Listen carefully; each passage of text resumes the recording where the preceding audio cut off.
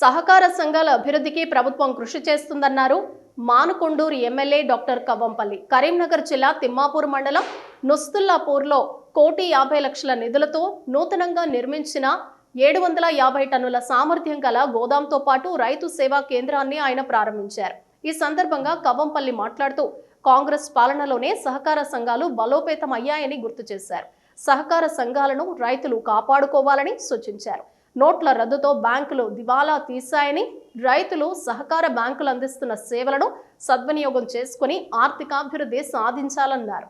త్వరలోనే 2 లక్షల రుణమాఫీ చేస్తామని, ప్రజలు మార్పు కోరుకుని కాంగ్రెస్ కు పట్టం కట్టారని అన్నారు. ఈ నెల 27న ప్రియాంక గాంధీ చేతుల మీదుగా మరో 2 పథకాలు, 500కే గ్యాస్, 200 యూనిట్ల విద్యుత్ పథకాలను ముఖ్యమంత్రి రేవంత్ రెడ్డి ప్రారంభించనున్నారని తెలిపారు. నుస్తుల్లాపూర్ సహకార సంఘంలో మొత్తం 1966 మంది సభ్యులు ఉన్నారని అన్నారు. బీజం పడ్డది, ఇది ఇంతింతై ఈ విధంగా అభివృద్ధిలోకి వచ్చింది. చాలా మంది రైతులను ఆదుకుంటా ఉన్నది. కాబట్టి ఈ యొక్క బ్యాంకులను కూడా రైతులందరూ కూడా గమనించాలి.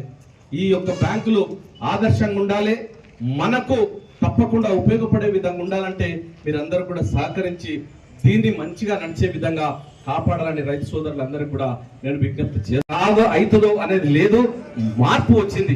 ప్రజలందరూ మార్పు కోరుకొని ఈ రోజు కాంగ్రెస్ ప్రభుత్వానికి పట్టం కట్టినారు. కాబట్టి ఈ కాంగ్రెస్ ప్రభుత్వ హాయంలో మీ రుణమాఫీ త్వరలోనే జరుగుతుందని తెలియజేస్తా ఉన్నాం.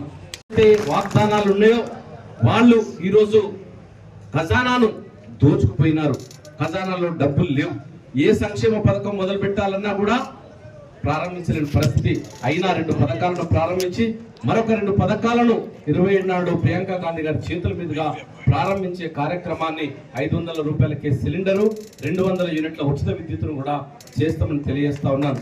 ఏదైనా కూడా ఒక వ్యవస్థ బాగుపడాలన్నా, ఒక వ్యవస్థ అభివృద్ధిలోకి రావాలన్నా, ఒక వ్యవస్థ అందరికీ ఉపయోగపడే విధంగా ఉండాలంటే మీరు కూడా కాపలాదారులుగా, కుక్కలాగా అంటారుగా చాలా మంది, ఆ విధంగా ఉండి సమస్యను కాపాడాలని